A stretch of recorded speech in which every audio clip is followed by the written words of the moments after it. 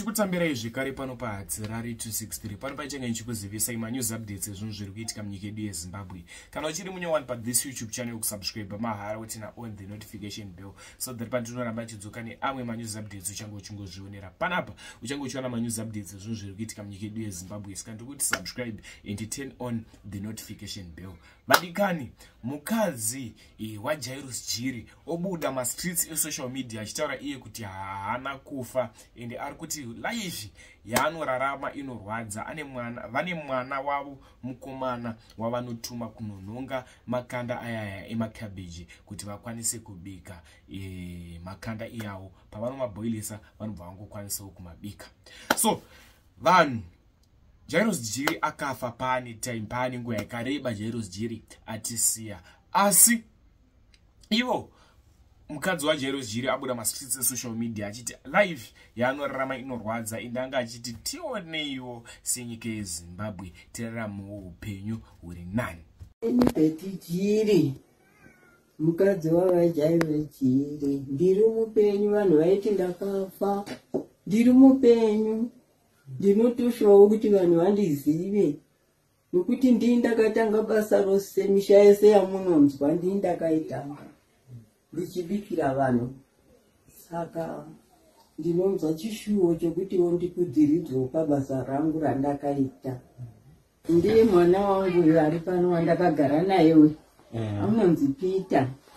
Ndiye mwana akabvuma kugara neni. Saka ndinobikira mai, ndinofanawo mai vangu ndichitambura kudai.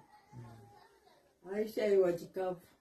Ouya ndikati usachema Peter, enda kumaketi undononga makabichi aya mashizha amakaidza anodonha woitaswanika uri kufidha wachi zvinonzi utsuro ungesa musaga uya nayo chayatogoera todya. Akainodzoka achida kuchema ndoti Peter usachema. Ini ndatoguta nezita raJesu. Ndini ndakavaka musha uno kutoisa foundation noruoko rwangu ndichinonga mai. Kongiri mufoshoro ndichiisa mufoundation kudai. Napahofisi apa ndichiisa kukanzi musha uyu ndewako wati unoda kuchengeta zviremana mapofu ndiwo wako. Ndokubva ndaisa. Ndingati nyange sunuvera kwandakazoenda ndakaenda namusha kuti ndonovakira chembere.